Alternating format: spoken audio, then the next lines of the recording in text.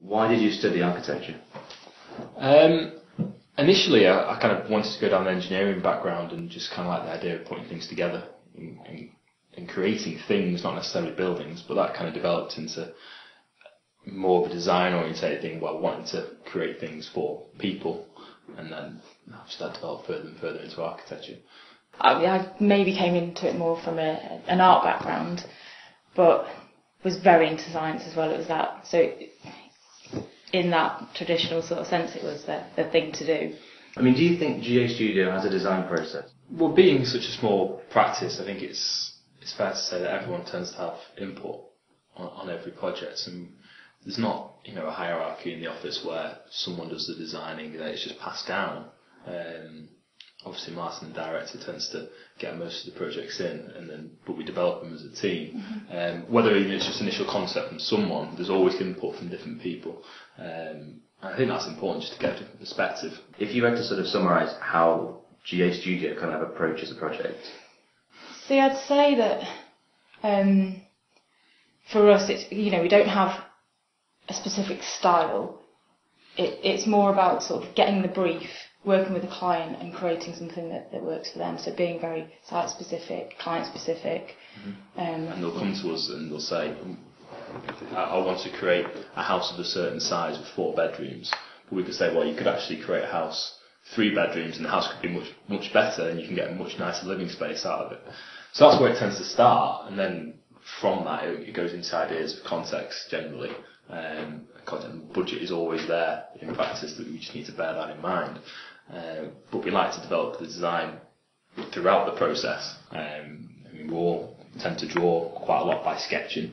I think if you go into the office, you'll see everyone's got a sketchbook in front of them, in front of the computer. So we're not a computer practice. We do like to do a lot of sketching, just because oftentimes it's so much quicker and easier to understand things. If you're drawing a 2D drawing, a lot of people tend to either not necessarily understand the drawing or not really consider what's happening behind you when you think of something in elevation. I think, and the advantage of drawing is that it allows you to think back as well. Is that if you're constantly drawing on the computer, you're always moving forward and you lose what you've done before. Whereas actually some of the sketches you might have done previously might actually have been better. So to draw, to have those sort of layers of information, just allows you to look back over what you've done and actually review where the project is. And I think sometimes if you draw on a computer, you can dismiss something and it's lost, it's gone forever. Whereas if you've got those sketches, those drawings, you can use that. Where's that sort of balance between how much an architect listens to the client? Yeah, we've got, it's that level of experience or maybe ways of seeing things a bit differently so we can understand what the client wants to achieve, but look around that and offer them something that gives them what they were wanting, but maybe not in the way that they'd initially thought. Often they might see something and say, oh, I want this, but it doesn't necessarily work for them in that way. And I think we've got that level of experience that hopefully we can give them something that creates these spaces that are inspirational to all. And I think that's the main thing about creating architecture. It's great to create something that looks amazing, but at the end of the day, function's so important, and a space that can transform the way that people using that space feel is such a great achievement to get. Do you think sort of the profession gets enough respect from the public? It's a difficult one. I think it's about education of the public of what we do. I think that's one of the main things, and it's a shame in some sense that architecture doesn't necessarily carry the prestige that it once did.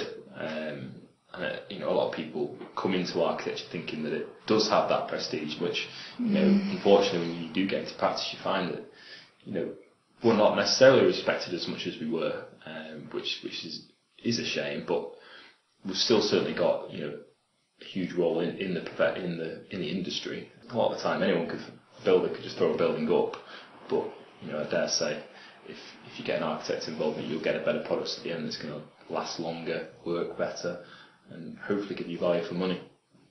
It's collaboration and things like that as well. I think we need to. I think as architects as well, sometimes we can be a little, not self-obsessed, that's the wrong word, but we can be a little, in our own little bubble. And I think we need to sort of reach out a bit more, engage. It's really great to do stuff with the university, to engage with the community, to sort of get who we are out there and start maybe doing stuff with artists and writers. There's a sort of wider world out there, and I think architecture isn't something that just stands alone. We do need to start working with other people. Yeah.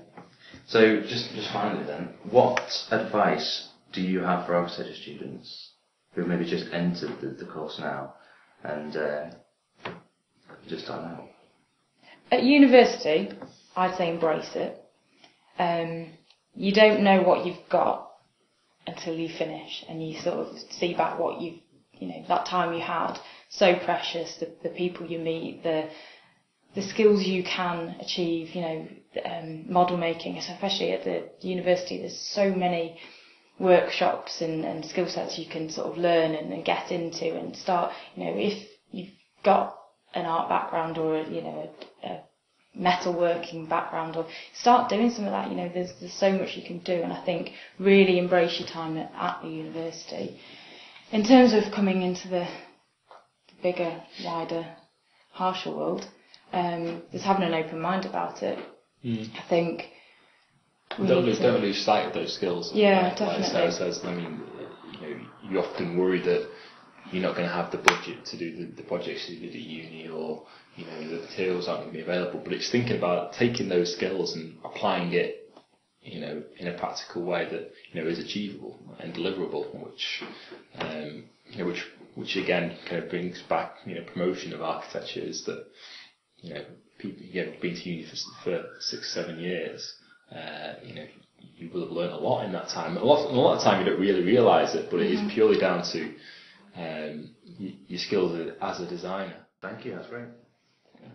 That wasn't very long. No, it wasn't very long. Yeah, I think, it's about 20-25 minutes. Oh, Yeah, fantastic.